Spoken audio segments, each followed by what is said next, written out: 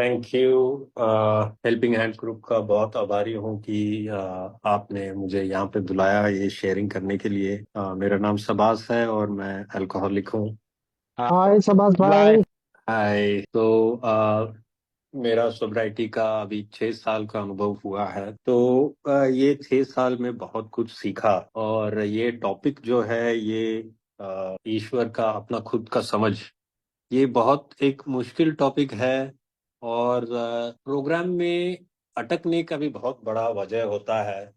और ये एक चीज को पार करना काफी मुश्किल होता है लोगों के लिए, और मुझे भी लगा था। और शायद मेरा एक्सपीरियंस से कुछ आपको फायदा हो, यही मैं आशा करता हूँ। शेयरिंग करने का बुलाया आपने यहाँ पे तो बहुत धन्यवाद। क्योंकि मैं एक चीज मानता हूँ कि मेरा शेयरिंग करने से मेरा खुद का ही फायदा ज्यादा होता है। और हर बार मैं हर किसी को बोलता हूँ कि प्लीज शेयरिंग करो। ऐसा नहीं कि ज्ञान बांट रहे हैं हम लोग। शेयरिंग करने से मेरे दिमाग में मेरा मेरा प्रोग्राम और स्ट्रॉन्ग होता है, बहुत मदद मिलता है मेरा ही खुद का प्रोग्राम के लिए। तो शुरुआत में मैं अपने बारे में, अपना अल्कोहलिज्म के बारे में कुछ बता दूं। मेरा जन्म एक अच्छा सा, एक बहुत ही अच्छा बचपन था मेरा। कोई ऐसा प्रॉब्लम नहीं है जिसको मैं बोल करके बोल सकूं कि मैं अल्कोहलिक इसलिए हुआ। पैसा बहुत ज्यादा नहीं था घर पे, लेकिन प्यार बहुत ज्यादा। और और जैसे मेरे माता और पिताजी ने हम तीन बच्चों को बड़ा किया, वो शायद ही ऐसा अच्छा मौका मिलता है। तो मुझे मेरे लिए सब कुछ आसान आता था। जैसे पढ़ाई में एवरेज से अच्छा, खेल कूद में एवरेज से अच्छा, आर्ट्स हो उसमें भी एवरेज से अच्छा, गाना गाना बोले, ड्राइंग करने बोले, कुछ भी करने बोलो तो सब आसानी से आता था। और सब लोग बोलते थे कि ये लड़का बहुत बड़ा बन करके बहुत बड़ा काम करेगा। मैं भी सोचता था बहुत बड़ा काम करूंगा। आसानी से इंजीनियरिंग खत्म किया, अच्छा से नौकरी, कॉलेज से ही नौकरी मिला। और नौकरी में भी कंपनी ज्वाइन करने के बाद बहुत तरक्की हुआ, बहुत जल्दी तरक्की हुआ। काफी ऊपर पहुंचा, काफी ऊपर लेवल तक पहुंच गया। अच्छा फैमिली, अच्छा बीवी, बच्चे, और सब कुछ होने के बावजूद एक पॉइंट आया ऐसे कि सब लोग बोलने लगे कि इसको दारू पीने का क्या जरूरत है, क्या लत है ये, कि ये क्यों पी रहा है, तुम क्यों पीते हो, तुमको पीने का जरूरत भी क्या है। तो ये सही मायने में मुझे भी सोचने अभी जो लोग सोचते हैं ना कि इसके चलते हमको ये दारू पीने का लत लग गया है, ये मेरे बचपन में ये हुआ था, ये हुआ था, लोगों से रिजेंटमेंट रहा, मेरा पेरेंट्स से रिजेंटमेंट था, मेरा तो ऐसा कुछ भी नहीं है, फिर भी चंगुल में फंस गया। और मुझे खुद अपने आप के ऊपर घिन आता था। क्यों? क्योंकि मैं डेली, लास्ट 5 से 8 साल तक मैं डेली पीता था। मुझसे 2-3 दिन से ज्यादा सोबर रहा नहीं जाता था, डेली ही पीता था। और लास्ट साल में ऐसा तक पहुंच गया था कि हफ्ते में मिनिमम 4 बार मेरा मेरा ब्लैकआउट होना यूजुअल था। मिनिमम, कम से कम 4 बार ब्लैकआउट तो होता ही था, उससे ज्यादा भी होता था। तो डेली ब्लैकआउट के हालत में घर पहुंचता था। उसके बाद वहां से सुबह उठ करके सोचता था कि मैं ये क्या कर रहा हूँ। और डेली प्रण करता था कि मैं नहीं पीऊंगा, कोशिश करता था। सब कुछ करने के बावजूद हर रात को मेरा सिर्फ वही सेम ब्लैकआउट होता था। ब्लैकआउट की हालत में गाड़ी चलाता था। और मुझे अपने आप के ऊपर घिन आता था। और मैं बोलते रहता हूँ कि ये जो कुंफू प्रैक्टिस है ना, कि डेली लोग प्रैक्टिस करते हैं थोड़ा थोड़ा करके, समझ में नहीं आता है कि इम्प्रूवमेंट हो रहा है, लेकिन कुछ सालों बाद उनका कराटे इतना, कुंफू इतना उनका मजबूत हो जाता है कि वो खुद समझ में नहीं पाते हैं कि कैसे हो गया। तो ये उल्टा तरफ का कुंफू था मेरे मेरे जिंदगी में। हर दिन हारना, हर दिन अपने आप से हारना, हर दिन सोचना कि ये नहीं कर सकता हूं, मैं क्यों कर रहा हूँ, मेरा कैरेक्टर क्या है, मेरे को पीने का जरूरत क्या है, और मैं क्यों पीता हूँ, ये करूंगा वो करूंगा, हर लाखों किस्म की कोशिश कर कर कर के भी हर दिन फेलियर फेलियर फेलियर होने के बाद क्या ही होगा। एक आदमी पूरा सेल्फ कॉन्फिडेंस कुछ भी नहीं है, अपने आप के ऊपर घिन आता है, सोचने लगते हैं कि जीना ही क्यों जीना है, ऐसा जीना क्या करना है, ऐसे जीना करना है लेकर हार हार के। तो वहां से जो हम लोग के साथ अक्सर होता है, वो जो बोलते हैं रॉक बॉटम हिट करना, रॉक बॉटम हिट करके ए का प्रोग्राम में आना। मुझे ए के बारे में कुछ पता ही नहीं था। मैं हार मान करके रिहैबिलिटेशन में चला गया, रिहैब में चला गया। रिहैब में जाने के बाद ए के बारे में पता चला। वहां पे ए के बारे में बताया गया थोड़ा बहुत, लेकिन और 4-5 लोग आए थे। मेरा 30 दिन का रिहैब में 4-5 लोग से मिलना हुआ, जो आ करके 1 घंटा का शेयरिंग किए थे और अपना ए का अनुभव रखे थे। तब जा करके मुझे ए के बारे में पता चला। उसके बाद जब मैं वापस अपना जमशेदपुर में वापस आया, तो यहाँ पे 2 महीना के लिए तो बहुत मुश्किल था, लेकिन उसके बाद ए का मीटिंग मिला, यहाँ पे मीटिंग में घुसा, मीटिंग करना शुरू किया। और जैसे हम लोग सबका होता है ए का मीटिंग में जाना, फिर बीच बीच में छूट जाना, फिर वापस आ जाना, ये सब चलता रहा जब तक कोविड हुआ। कोविड के बाद मैं एक्चुअली ऑनलाइन चला गया। ऑनलाइन चला गया तो फिर तब जा करके ए का सही मायने में क्या प्रोग्राम है, इसका क्या स्टेप्स है, ये सब सीखने लग गया, पूरा दुनिया भर में मीटिंग कर करके। उसके बाद ए का बिग बुक को ठीक से पकड़ के, उसको 12 and 12 को पकड़ के, उसको उसका अध्ययन करके, उसके बाद ही मेरा एक्चुअली सही मायने में ए का समझ आने लगा। और सच पूछे तो 2 साल के लिए, मैं 2018 से 2020-21 तक मेरा आप बोल सकते हो कि ड्राई ड्रंक का अवस्था। और लकीली मेरा गिफ्ट ऑफ डेस्परेशन, मेरा रॉक बॉटम इतना खराब था कि मैं आते रहा ये में, और बिना पिए रहा। और लेकिन उसके बाद जब ए का प्रोग्राम समझ में आया, जब स्टेप्स करने लगा, तब जा करके कंप्लीट मुझे रिलीफ मिला, और सही मायने में रिकवरी बोल सकता हूँ। और सब लोग जैसे बोलते हैं कि ए में रिकवरी पाने के लिए अपना समझ का ईश्वर आपको मिलना जरूरी है। और सब लोग आज तक मुझे पूछते हैं कि ये समय ईश्वर, बहुत लोग न्यू कमर्स पूछते रहते हैं कि ईश्वर के इर्द गिर्द में क्वेश्चंस तो बहुत रहते हैं। तो आशा करता हूँ कि मैं जो अभी शेयर करने वाला हूँ इस टॉपिक के बारे में, वो आपको मदद करे। तो मैं अपना एक्सपीरियंस पे आता हूँ, लेकिन उसके लिए ए में ईश्वर का जगह का बारे में कहाँ पे है, कहाँ पे आता है आपको। आई एम सॉरी, मेरा एक कॉल आ गया था और कट गया था। हेलो, तो अभी सुनाई दे रहा है? सुनाई दे रहा है, बोलिए बोलिए। Okay okay, I am sorry, मेरा एक कॉल आ करके कट गया था। तो ए में ये ईश्वर का बात जब आता है, तो ये इसका मेन टॉपिक जब है वो एक तो वी एग्नोस्टिक्स में ये चैप्टर में मिलता है। इसके साथ जो जो प्रॉब्लम है, इसको रिजॉल्व करने का तरीका मिलता है। बिग बुक में देखेंगे तो वी एग्नोस्टिक्स करके एक चैप्टर है। और हम बता रहे थे कि एक एक एक होता है एथीस्ट, जो जो मानता ही नहीं है भगवान को। एक होता है एग्नोस्टिक, जो बोलता है कि हो सकता है भगवान हो, लेकिन मैं मान नहीं सकता। ये बिल डब्ल्यू इस कैटेगरी में गिरते हैं। और एक होता है जो बिलीवर है, जो ईश्वर को मानता है। लेकिन स्टेप 2 में एक्चुअली इसका 4 किस्म का लोग को बताया गया है, ये 12 and 12 में।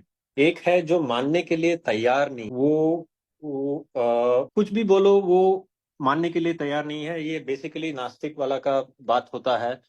और इसको, और एक होता है इंटेलेक्चुअल, यानी जो जो सोचता है कि मैं सब कुछ जानता हूँ, साइंस ही सब कुछ है, और भगवान के बारे में क्या ही कोई क्यों ही जाने का जरूरत नहीं है। तीसरा होता है जो भगवान को मानता है, पहले मानता था लेकिन अभी उस पे से विश्वास निकल चुका है। यानी पहले बचपन में या पहले मानता था, लेकिन उसके साथ जिंदगी में जो घटनाएं हुई, उसका अल्कोहलिज्म लेकर के, उसके बाद वो सोचता है कि नहीं, भगवान है ही नहीं। और लास्ट है वो वाला जो भगवान को मानता है, लेकिन फिर भी दारू से लत होकर के वो फिर भी अल्कोहल। मैं उस किस्म का था, मैं फोर्थ वाला किस्म का हूँ।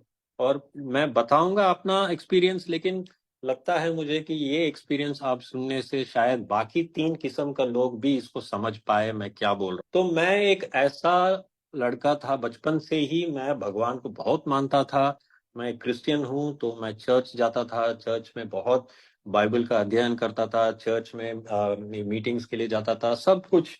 तो भगवान को बहुत मानता हूँ, लेकिन मानता हूँ फिर भी अल्कोहलिक हुआ। ये क्या हुआ? तो कोई पूछेगा कि फिर तुम अल्कोहलिक क्यों हुआ? तो फिर ये में आकर के भगवान को मानने से क्या होगा? अल्कोहलिक तो ये भी है, सबास भी सब कुछ मानता है, भगवान को सब मानता है, फिर भी दारू पीता है। फिर भी ये अल्कोहलिज्म से लत है, ये लत इसको लगा हुआ है, डेली पीता है, वो अपने जिंदगी से ऊब चुका है, वो अपना मरना चाहता है। फिर इसका भगवान क्या कर रहा है? इसका भगवान तो कुछ नहीं कर रहा है। तो मैं भी यही सोचूं, ऐसे कैसा है? तो ये मुझे क्या देगा? अगर भगवान को मानता हूँ फिर भी मैं ऐसे अल्कोहलिक हूं तो क्या है? तो तब अ, अब 6 साल बाद मुझे समझ में आता है कि मेरा जो भगवान का समझ था और जो मैं भगवान को मानता था वो काफी नहीं था। मैं गलत धारणा लेकर के चल रहा था, और जब ये धारणा को सुधार पाया तब जा करके सब कुछ ठीक होने लगा। क्या है, मैं सोचता था कि मैं जाता हूँ चर्च में, भगवान मेरा चर्च में है, मैं जब जाऊंगा तो भगवान मेरी तरफ देखते हैं, मैं भगवान की तरफ देखता हूँ। वो 1 घंटा जब मैं चर्च में रहता हूँ तो मेरा भगवान के साथ बहुत बात होता है, जैसे प्रेयर में बहुत बातचीत जैसे मैं करता हूँ उनके साथ। मुझे बहुत कुछ समझ में आता है, भगवान का आशीष मुझे मिलता है। उसके बाद मैं वहां से चर्च से मुड़ करके बाहर निकलता हूँ, और भगवान चर्च के अंदर बैठे हैं और वो मुझे बाय बोल करके वापस बाकी लोगों की तरफ मुड़ते हैं, और मैं निकलता हूँ ये बड़ा दुनिया में। मैं अपना अपना काम करने के लिए मैं बड़ा दुनिया में निकलता हूँ। अब मुझे निकलना है यहाँ पे, अब मुझे सक्सेस को पाना है, मुझे अपना नाम कमाना है, मुझे अपना पैसा कमाना है, अपना जिंदगी बनाना है, और उसको अच्छी तरीके से बनाना है। और मैं अगर अच्छा रहूंगा तो भगवान मुझे सब कुछ देगा। मुझे ये चाहिए, मुझे ये पाना है, मुझे ऐसा घर बनाना है, मुझे ऐसे गाड़ियां चाहिए।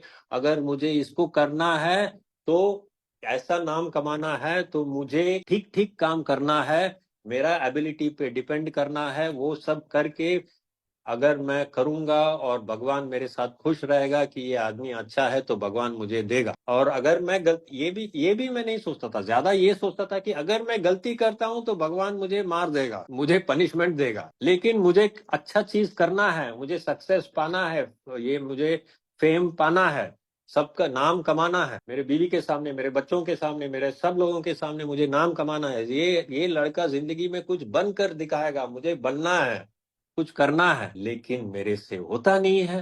दारू पी रहा हूँ, दारू पी रहा हूँ और कर भी नहीं रह पा रहा हूँ। और क्यों दारू पीता हूँ मुझे समझ में नहीं आता था। आज मुझे समझ में आता है कि मैं क्यों दारू पीता था। हम लोग तो बोलते हैं कि मैं अल्कोहलिक हूँ, मेरा बदन में एलर्जिक रिएक्शन है, मैं एक एक पेग पीऊंगा तो दूसरा पेग तो मेरा बॉडी में क्रेविंग होता है, इसलिए मैं और पीता हूँ और पीता हूँ और पीता हूँ। तो पहले वाला पेग क्यों पीते हो? सबास, तुम पहले वाला पेग उठाने का मन तुमको क्यों करता है, क्या करता है? ये अगर इसको सोचने जाऊं तब मुझे समझ में आता है कि मैं जिंदगी से परेशान रहता हूँ। मुझे आरआईडी है, रेस्टलेसनेस है, इरिटेशन है, डिसकंटेंट है, मैं जिंदगी से खुश नहीं हूँ। मुझे जो पाना है वो मैं नहीं, मुझे लगता है कि मैं नहीं पा नहीं सकता, मेरे से नहीं हो रहा है। ये सब ले दे करके मुझे पूरा जिंदगी से इरिटेशन है। और जब भी ये इरिटेशन से बचना चाहता हूं तो मुझे एक ही दिमाग में आता है, दारू। और मेरा दिमाग ऐसा चंगुल में फंस गया है कि छोटा सा छोटा चैलेंज के सामने भी मैं पहला चीज दारू ही सोचने लगा था। पूरा दिन भर यही सोचता हूँ कि पहला घुट दारू का कब मिलेगा। सुबह से लेकर के लास्ट 3 महीना में, आखिर का 3 महीना में, सुबह से लेकर के रात तक मैं दारू, सुबह सुबह में क्यों लगता है कि दारू पीना है? क्योंकि मैं पूरा डरा रहता था, पूरा डर आता था। डर क्यों आता था? जिंदगी का सामना कैसे करूंगा, मुझे हर छोटा चीज के लिए। जो पहला इतना कॉन्फिडेंट बच्चा था, सब कुछ कॉन्फिडेंट होकर के इतना हाई पोजीशन तक आ गया था, इस आदमी को क्या हो गया सडनली? हर चीज से डर डर डर डर, मैं कर पाऊंगा कि नहीं, कर पाऊंगा कि नहीं, और मैं कोशिश कर रहा हूँ, कर रहा हूँ, कर रहा हूँ, और होता नहीं है। तब तो अब क्या हो रहा है, ये 6 साल में मेरे साथ क्या हुआ? मेरा फर्स्ट स्टेप में आकर के बोलते हैं कि तुमको सरेंडर करना है, तुमसे हो नहीं पाएगा, तुम अपने जिंदगी, you you have you are not in control of your life. सब कुछ आपको फर्स्ट स्टेप तो याद ही है। तो ये मैं कुछ नहीं कर सकता और मेरा लाइफ अनमैनेजेबल है, ये मुझे मानना पड़ता है। ठीक है, मान लिया। वो मानने के बाद ही मेरा रॉक बॉटम जब लगा, तो रॉक बॉटम जब हिट हुआ, तब मुझे ये समझ में आया कि एक्चुअली मेरा लाइफ अनमैनेजेबल है और मेरा दारू के ऊपर कोई भी कंट्रोल नहीं। उसके बाद बोलते हैं कि भगवान को पाना पड़ेगा। अगर कोई आपको बचा सकता है तो भगवान बचा सकता है, तो हम बोलते हैं हाँ, भगवान बचाएगा तो मैं बचाना चाहिए। उसके बाद बचाएंगे। मैं तो बोल रहा हूँ कि मैं मानता था भगवान को। उसके बाद बोलते हैं कि अपना इच्छा को, अपना इच्छा और अपना जिंदगी को भगवान को सौंप दो। और उसके बाद बोलता है कि वो भगवान आपका समझ का भगवान। तो मुझे ये सब कुछ ज्यादा समझ में नहीं आया कि मैं तो यही करता हूँ, ये सब सोच करके मैं आगे चलते गया। लेकिन अच्छा हुआ कि मैं ए का मीटिंग्स बाहर से करने लग गया, 12 कदम के बारे में पता चला। तो सिर्फ आंख बंद करके, पूरा दिल खोल करके जब 12 कदम किया, तब जा करके ये बदलाव आया। तो मैं इस पॉइंट पे आपको एक चीज बताना चाहता हूँ कि अगर आपका दिमाग में भगवान के बारे में बहुत सारा कंफ्यूजन है, ये कैसे होगा, ये सब कुछ है, तो भी उसको साइड में रख दीजिए। कुछ सोचने का जरूरत ही नहीं है, बस 12 कदम करते जाओ, करते जाओ। करते करते ये जो गुत्थी जो है वो अपने से सुलझ जाए। करते करते जो लोग बोलते हैं कि स्पिरिचुअल अवेकनिंग होता है, और 12 कदम में डायरेक्टली लिखा हुआ है क्योंकि तुम्हारा ये आध्यात्मिक जागरण हो चुका है। ये कैसे लिखते हैं?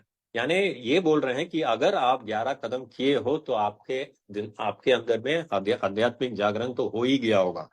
यानी आपको भगवान का एक्सपीरियंस जो है आपका होने लगा ही होगा। हर कोई पूछता है थर्ड स्टेप में, भगवान का इच्छा मुझे कैसे समझ में आएगा, मुझे कैसे समझ में आएगा। तो मैं भी पूछता था, भगवान का इच्छा मुझे समझ में नहीं आता है क्या? क्यों ऐसा है कि मैं तो हर कोई पूछेगा ये वाला स्टेप 3 पे। लेकिन अगर आप जब तक स्टेप 4, 5, 6, 7, 8, 9 नहीं खत्म करते हो, तो आपको समझ में ही नहीं आएगा कि भगवान का इच्छा क्या है।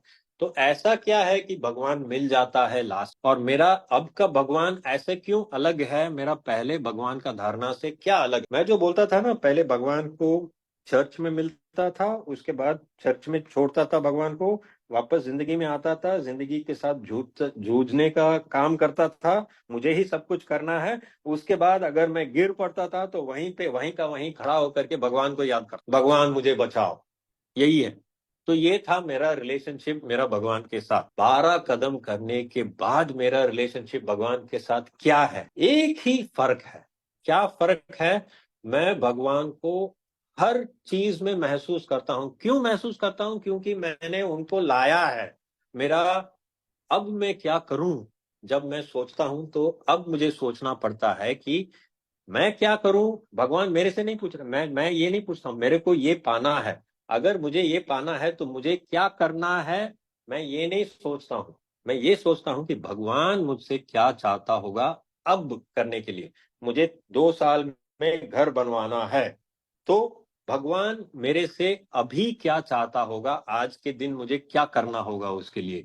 भगवान क्या सोचता होगा कि मुझे करना है, भगवान क्या चाहता होगा कि मुझे करना है, मैं वो सोचता हूँ। और अगर मेरा दिल बोलता है कि नहीं, भगवान बोलेगा कि नहीं ऐसा बिजनेस में जाओ या इसमें बहुत पैसा मिलेगा, मुझे मेरा दिमाग बोल रहा है कि ये बिजनेस में जाओ, वहां पे पैसा मिलेगा, वो लोग बोल रहे हैं, ये लोग बोल रहे हैं, ऐसे करने से मुझे घर बना सकता हूँ। लेकिन नहीं, ये नहीं सोचना है। मेरा मेरा इच्छा से चलना ही नहीं है। पहले मेरे मुझे सोचना है कि भगवान अगर है, अभी स्टेप 3 में क्या करना है, भगवान क्या चाहता होगा ये भी मत सोचो। अगर भगवान है तो वो क्या चाहता होगा मेरे से। अगर मैं सिर्फ ये चीज पूछता हूं तो मुझे आंसर मिलता है। और ये मुझे आंसर मिलने लगा जब मैं 9th स्टेप खत्म किया। तो आप आंख बंद करके 9th स्टेप तक आप काम करो। उसके बाद आप ये चीज, क्योंकि 10th स्टेप और 11th स्टेप में ही ये बोला जाता है, 11वां स्टेप में, 11वां कदम में बोला जाता है कि तुम भगवान के नजदीक रहने की कोशिश करो और उनका इच्छा जानने की कोशिश करो। 11वां स्टेप में क्यों है? तीसरा स्टेप में सिर्फ ये बोलते हैं कि आप, तुम निर्धारित करो, निर्णय लो कि मैं भगवान का इच्छा ही मानूंगा और उनका दिया हुआ जिंदगी से मैं उनका दिया हुआ जिंदगी ही लूंगा। सिर्फ यही करना है बस। उसके बाद आप 9 स्टेप तक आपको जो ए बोलता है करते जाना है, और 11वां स्टेप में आकर के आपको भगवान से पूछना है कि आपका इच्छा क्या है। तब जा करके सही मायने में आपको समझ में आने लगता है। और आपको आपको अंदर से जो बोलते हैं ना, भगवान अंदर से आता है, तो आपको अंदर से आवाज एक आएगा कि अगर मुझे 2 साल बाद अगर घर बनाना है और आज मुझे करना है कुछ काम, तो जो ईश्वर चाहता, अगर ईश्वर है, वो क्या चाहता होगा मैं वही करूंगा। अगर मैं ये करने लगता हूं, तब आता है magic. That is the most beautiful magic. तब आता है। भगवान है या नहीं है आप छोड़ दीजिए, अगर ऐसा भगवान है तो वो क्या चाहता होगा। अगर मैंने अपना जिंदगी में ये करना शुरू किया कि मेरा ईश्वर जो चर्च में बैठा हुआ है, मैं अभी यहाँ खड़ा हूँ, मुझे ये काम करना है, ये लोगों को कुछ बताना है, मेरा ईश्वर क्या चाहता होगा कि मैं इनको बताऊं, मैं वही बताऊं। और मैं जाकर के जब ऐसे करना शुरू किया, तब मानता ही नहीं हूं, अपना दिमाग का मानना ही नहीं है, सुनना ही नहीं है, नहीं सुन करके सिर्फ ये जब करना शुरू किया, तब थोड़ा थोड़ा करके ऐसा ऐसा अनुभव होने लगता है, तो आपको महसूस होने लगता है कि ये एक हायर पावर है। तो मैं एडवाइस दे रहा हूँ मेरे जैसे लोगों को, जो पहले से भगवान को मानते हैं लेकिन अभी दारू का चंगुल में फंसे हुए हैं, अगर आपको निकलना है तो आप तीसरा स्टेप में निश्चय करने के बाद 9 स्टेप तक आप काम करते जाइए। उसके बाद 11वां स्टेप में आप बस ये पूछिए कि ईश्वर मुझे अभी यहाँ पे क्या चाहता होगा मुझसे, और सिर्फ वही करना है। ये नहीं कि ईश्वर मुझे 2 साल बाद क्या करने के लिए चाहते होंगे। अगर ये सोचने लगता हूं तो मेरा दिमाग कोई भी आंसर नहीं आए। मुझे 2 साल बाद घर बनाना है, अगर मुझे 2 साल बाद घर बनाना है तो आज का दिन मेरा ईश्वर मेरे से क्या चाहता होगा, ये सोच करके अगर मैं काम करना शुरू करूं, तो नक्की ठीक काम होता है। और जो काम होता है वो महसूस होता है कि एक उच्च शक्ति काम कर रहा है मेरे जिंदगी में। क्यों? क्योंकि मैं सोचता था ऐसे, किया ऐसे, और हुआ ऐसे। जब ये आपको महसूस होने लगेगा, तब जा करके सही मायने में हम लोग बोलते हैं कि वो क्या बोलते हैं, ये स्पिरिचुअल अवेकनिंग जो बोलते हैं ना, जो किसी को भी समझ में नहीं आता है कि ये स्पिरिचुअल अवेकनिंग क्या होता है, 12वां कदम में क्यों आता है। कल एक मीटिंग में थे हम, और वो मीटिंग में पूछ रहे थे कि 12वां कदम में ये स्पिरिचुअल अवेकनिंग, ये कब माना जाए कि स्पिरिचुअल अवेकनिंग हुआ है। तब आंसर ये आया मीटिंग में कि अल्कोहलिज्म से बच के निकलने के लिए सीधा सीधा बिग बुक में लिखा हुआ है कि आपका बेसिस ऑफ लिविंग, यानी आपका जिंदगी के बारे में सोच में कंप्लीट कंप्लीट उलटफेर होता है। अगर ये उलटफेर हो हुआ, तब जा करके आप एक सही मायने में एक सोबर जिंदगी, रिकवर्ड जिंदगी जी सकते हो। आपका थिंकिंग कंप्लीटली चेंज होना है, उसके बाद ही आपका सोब्राइटी आएगा। तो आंसर ये आया, स्पिरिचुअल अवेकनिंग कब होता है। स्पिरिचुअल अवेकनिंग तब होता है जब हमने अपना सोच को बदल करके नए तरीके से जब जीना शुरू किया, और वो जब वो नया तरीके अपनाना शुरू किया और उसका फल मिलने लगा, उसको हम बोलते हैं स्पिरिचुअल अवेकनिंग। तब महसूस होता है कि अरे यही सही था, ऐसा ही करना था। झूठ झूठ बोलने से जो भी होता है वो होने दो, लेकिन उस टाइम पे ये सच बोलने से मुझे क्या मिला, मुझे ही पता है। वो होता है स्पिरिचुअल अवेकनिंग। नया नया बेसिस, नया सोचने का उलटफेर जब आपका हो जाता है और उसके हिसाब से आप काम करते हो, काम करके उसका जब फल आपको हायर पावर से आने लगेगा, कहां से आता है पता नहीं, तब आप बोलोगे कि उच्च शक्ति से ही आ रहा है। तब जा करके बोलते हैं कि हाँ, स्पिरिचुअल अवेकनिंग यही है। सब लोग बोलते हैं कि तब सडनली मेरा ये हुआ, मेरा वो हुआ, मेरा वो हुआ। स्पिरिचुअल अवेकनिंग के लिए अलग अलग चीज बताते रहते हैं, लेकिन सबके नीचे एक ही चीज है कि उसका सोच बदल चुका है, उसका कर्म जो है बदल चुका है। कर्म के पीछे जो सोच है वो बदला हुआ है। क्यों बदला हुआ है? क्योंकि वो सोच रहा है कि ईश्वर मेरे मेरे से क्या चाहता होगा अभी।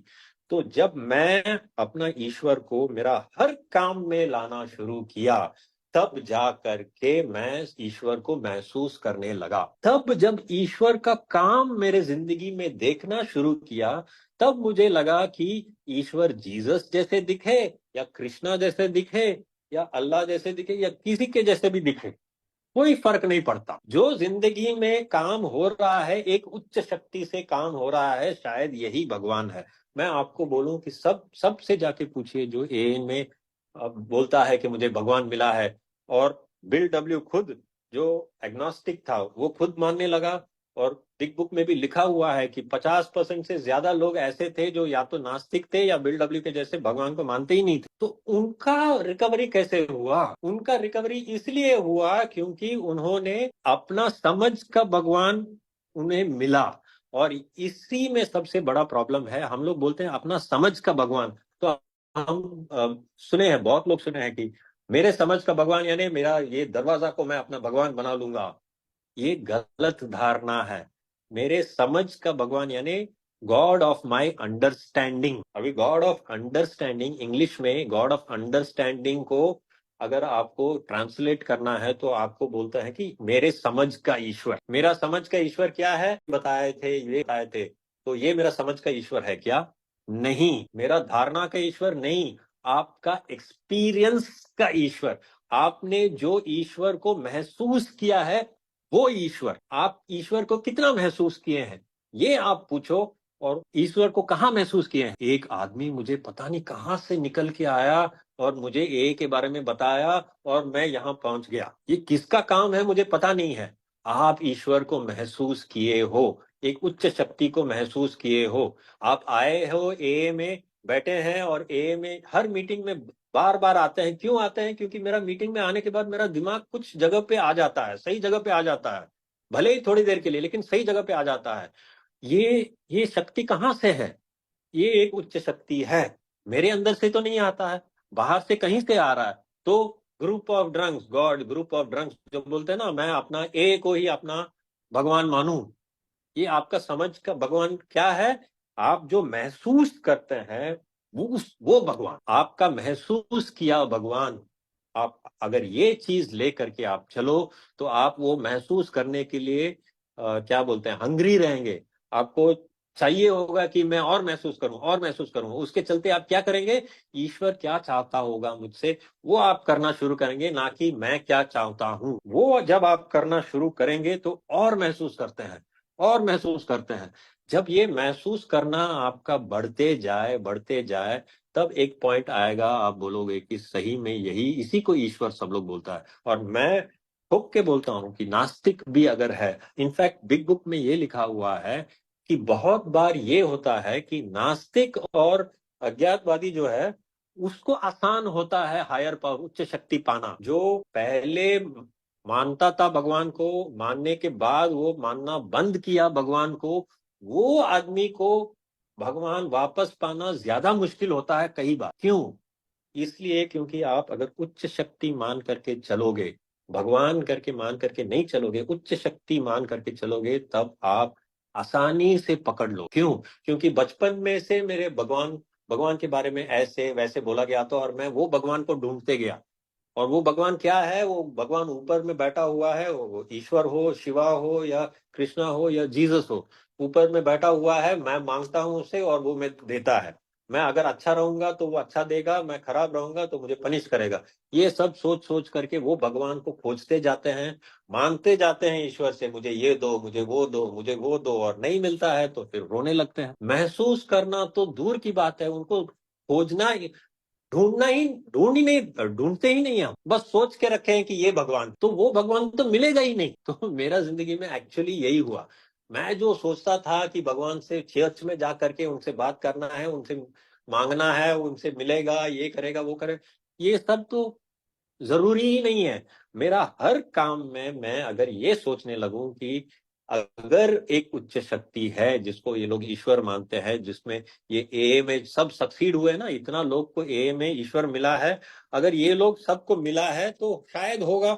अगर है तो वो क्या चाहता होगा मुझसे, अगर ये मैं पूछ करके चलूं, तब जा करके आपको सही मायने में आपका समझ का ईश्वर मिलेगा। और मेरा समझ का ईश्वर अभी क्या है? मुझे मुझे कोई यही नहीं है कि वो कृष्णा जैसा दिखता है या शिवा जैसा दिखता है या जीसस जैसा दिखता है। हायर पावर मैं ठोक के बोल सकता हूँ कि मेरा हिंदू फ्रेंड और मेरा मुस्लिम फ्रेंड भी, अगर उसको भी हायर पावर मिलेगा तो वही सेम हायर पावर मिलेगा जो मुझे मिला है, क्योंकि वो दिखता है। हम उनका उनका उनका इच्छा के हिसाब से अगर काम करना शुरू करते हैं तो एक ही चीज है। और जीसस का इच्छा, कृष्णा का इच्छा और शिवा का इच्छा में क्या फर्क है? आप सब लोग मानोगे कि कोई फर्क नहीं। आदमी को कैसा जिंदगी में रहना चाहिए, क्या करना चाहिए, सब कुछ एक ही चीज है। वो इच्छा लेकर के मैं करना शुरू करूं, तब जा करके उनका सही मायने में मैं बोलता हूं अजीब मिरेकल होता है। अजीब अजीब चीज होता है जिंदगी में। जो आपको सबसे ज्यादा प्रॉब्लम था, वही प्रॉब्लम उसी दिन सॉल्व हो जाता है, और आपने कुछ नहीं किया। आपने वही किया जो आप सोचते हो ईश्वर आपसे चाहता होगा। छोटा छोटा चीज करते जाते हैं, आज के हिसाब से, अभी के हिसाब से, अभी मुझसे ईश्वर क्या चाहता होगा। आप अगर ये क्वेश्चन पूछते जाओ, मैं ये क्वेश्चन पूछता था, और मैं ये क्वेश्चन पूछ करके जब काम करना शुरू किया, तब मेरा काम बहुत तगड़ा हुआ। वो जो बोलते हैं ना, वो कर्मण्येवाधिकारस्ते मा फलेषु कदाचन, वो 22 चैप्टर 2 वर्स 47 भगवत गीता का, उसमें क्या है? कर्म करो और फल की चिंता मत करो। ये क्या है? ये स्टेप 3 है। कर्म करो यानी क्या? कर्म करो जो ईश्वर चाहता हो, सिर्फ वो कर्म करो। फल के हिसाब से सोचो ही नहीं। आपको क्या कर्म करना है, वही कर्म पे ही आपका अधिकार है। फल आपका, जो बोलते हैं ना ए में, कि आपका तीसरा तीसरा स्टेप जो बोलता है, इच्छा और जिंदगी सौंप देना है भगवान को। यानी क्या है? इच्छा यानी अपना सोच नहीं, भगवान का सोच, वो हुआ इच्छा। इच्छा लेकर के काम किया, और जिंदगी सौंप देना यानी उसका फल में भगवान मुझे कुछ भी दे, वो मुझे मंजूर। दो चीज सौंपना है, एक इच्छा सौंपना है और आपका जिंदगी भी सौंपना है। तो जो भी भगवान मुझे फल देगा वो मंजूर है करके जैसे ही मैं करना शुरू किया, तो मैं जो जो फल चाहता था ना, उससे भी अच्छा फल मिलता है। आप छोड़ ही दीजिए मैं क्या सोचता था, मुझे पता ही नहीं था कि मुझे क्या चाहिए। मैं जो मांगता था सब बेवकूफी का चीज मांगता था। ये धारणा शुरू हुआ है, ये पहचान शुरू हुआ है। तो मेरा समझ का ईश्वर अब कौन है? उसका कोई रूप नहीं है, नाम और रूप। आप बोलते हैं ना, भगवान का कोई रूप नहीं है, भगवान का कोई नाम नहीं है, लेकिन उसको महसूस किया जा सकता है। तो आपका समझ का ईश्वर यानी आपका महसूस किया हुआ ईश्वर। आप ईश्वर को महसूस करने की कोशिश कीजिए, वो उच्च शक्ति को महसूस करने की कोशिश कीजिए, आपको मिलेगा। और जो मिलते जाएगा, जिसका उसका धारणा आपको बढ़ते जाएगा, तो लास्ट में आप नास्तिक भी हो तो आप जानते हो कि मेरे से उच्च शक्ति है, ये जिंदगी में मेरे से सब कुछ काम नहीं होता है। और ये काम को महसूस करने के लिए अगर आप ये सोचते जाओगे कि अगर ऐसा ईश्वर है तो वो मुझसे क्या चाहता होगा अभी, और वो ही करते जाओगे, तो आप पाओगे कि उच्च शक्ति है। उसको महसूस करोगे, और महसूस करते करते आप बोलोगे कि शायद इसी को लोग भगवान बोलते हैं, और वो होता है समझ का ईश्वर। तो मेरा समझ का ईश्वर आज के दिन में, आप कोई भी रिलीजियस टेक्स्ट पढ़े, मेरे को कोई फर्क नहीं पड़ता है। क्यों? क्योंकि मैं महसूस करता हूँ एक उच्च शक्ति को, और उसको चाहे आप शिवा बोलो या कृष्णा बोलो या जीसस बोलो, मैं जानता हूँ कि वो एक ही शक्ति है, और मैं उसको भगवान बोलता हूँ। और मुझे दृढ़ विश्वास है कि ए में जितना भी लोग जो बोलते हैं ना ईश्वर पा लिए हैं, पा लिए हैं, पा लिए हैं, वो ईश्वर को ना तो आपको रूप बता सकते हैं, ना तो उसका नाम बता सकते हैं, लेकिन वो महसूस करते हैं। और वो अगर आपको करना है तो स्टेप 3 आपको करना ही होगा। और स्टेप 3 आप कब कर पाओगे? जब आप स्टेप 9 10 खत्म करके जब स्टेप 11 करना शुरू करोगे, तब जा करके आपको ये उच्च शक्ति का इच्छा समझ में आना शुरू होगा। मेरा मेरा एक्सपीरियंस में बस इतना ही। और मैं बोलता हूँ, अगर आप नास्तिक भी हो, आप अज्ञातवादी भी हो, आप इंटेलेक्चुअल भी हो, तो आपको इस पथ पे आना ही पड़ेगा। और जितना भी ए में लोग सक्सीड किए हैं, उनको यही धारणा महसूस हुआ है, अपना समझ का ईश्वर यानी अपना महसूस किया हुआ ईश्वर। इतना ही महसूस किया है, यही ईश्वर है। उससे ज्यादा महसूस हुआ, वही ईश्वर है। उससे ज्यादा और महसूस हुआ, वही ईश्वर। यानी समझ का ईश्वर यानी मेरा जीसस, जो उसका दाढ़ी ऐसा है वैसा है, वो समझ का ईश्वर। मेरा महसूस किया हुआ। तो God of your understanding means God of your experience. This is actual meaning in English. Thank you so much, आपने मुझे शेयरिंग करने का मौका दिया। Thank you.